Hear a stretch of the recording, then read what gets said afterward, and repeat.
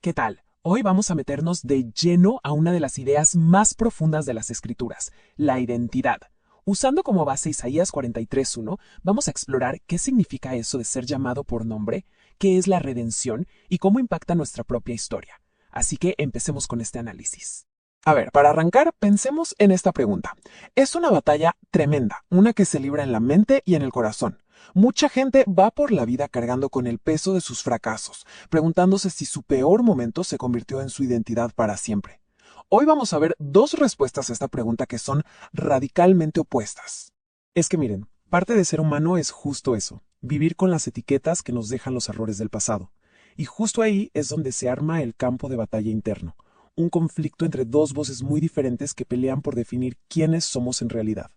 De un lado de esta batalla tenemos una voz que busca definirnos solo por nuestros errores, por nuestros pecados. La estrategia es súper simple, pero, híjole, es devastadora. Convencer a una persona de que su error no es algo que hizo, sino lo que es. Ahora, vamos a ver bien de cerca la primera voz en este conflicto.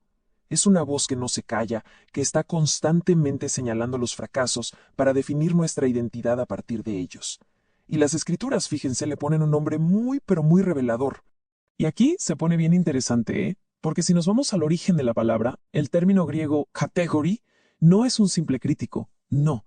Describe a un acusador formal, como un fiscal en un juicio, que está presentando un caso en contra de alguien.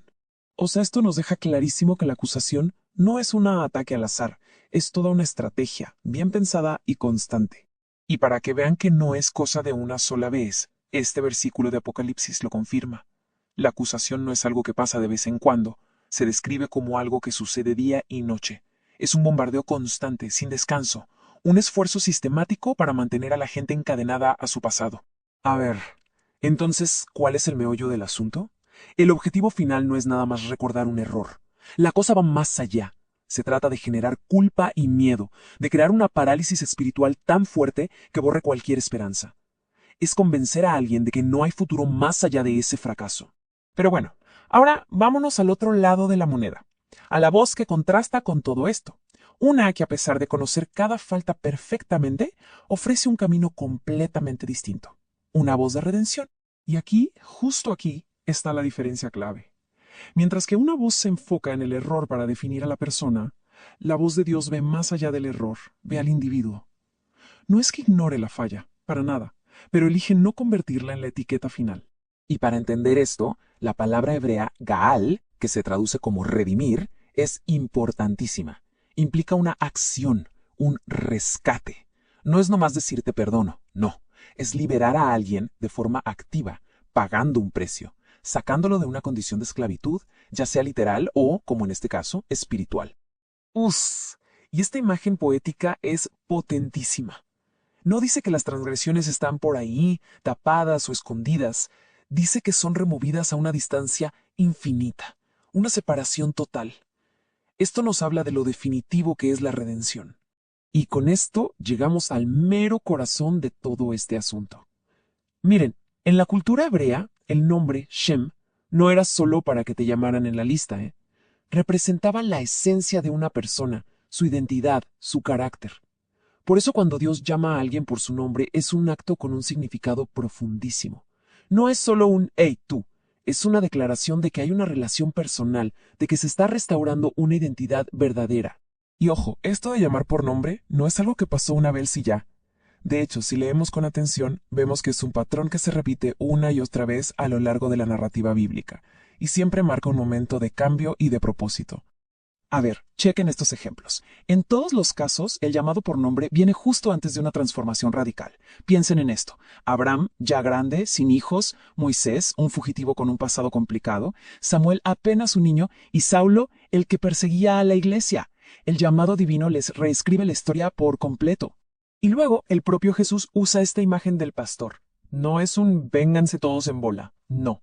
La relación es tan cercana, tan personal, que conoce a cada quien por su nombre.